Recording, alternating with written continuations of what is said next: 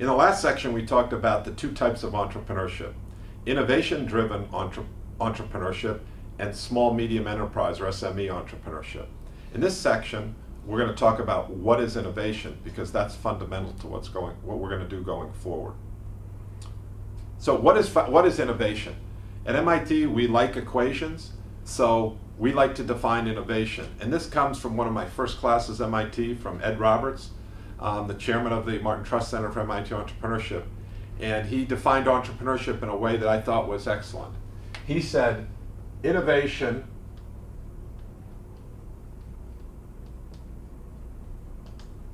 equals invention, and let me just stop here. Innovation equals invention. Often people mistake these two things for the same thing. Innovation equals invention. They are not. Innovation is something that generates value for the world. It makes something faster, better, cheaper. It gives someone some great satisfaction. An invention is an idea, a technology, a patent. In and of itself, it does not generate value. So these two are not the same thing.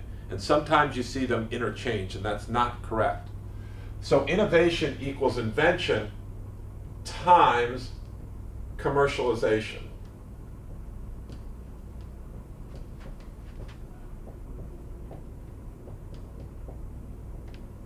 So, and when we look at this equation of innovation, something of value, it requires a new idea, and then it requires someone or some organization that is going to commercialize that idea and to make it of value to the world. So it's important to understand that an idea by itself is not valuable. Ideas are cheap. It's the commercialization, when combined with it, that makes them extraordinarily valuable.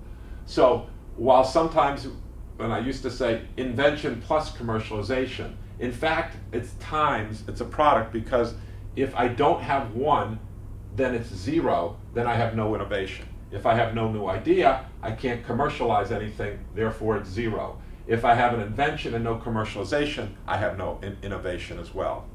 So it's actually a product, and we found this very, very helpful to help explain to people what is innovation when we're talking about innovation-driven entrepreneurship.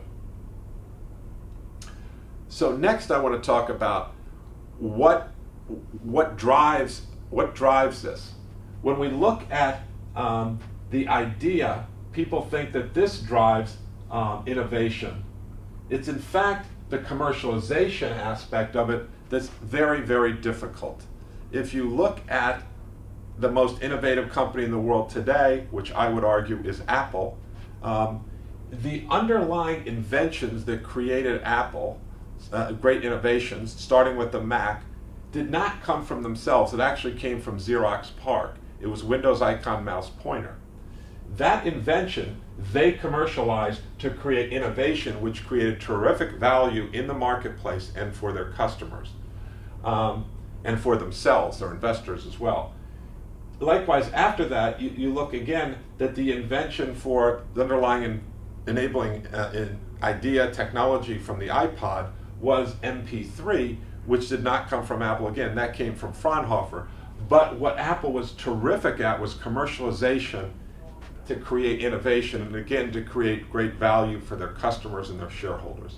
So this definition of innovation we found very, very helpful to make clear that innovation is a combination of a new idea, a new technology, but then it has to be commercialized and mapped to some customer in the real world where it will generate value.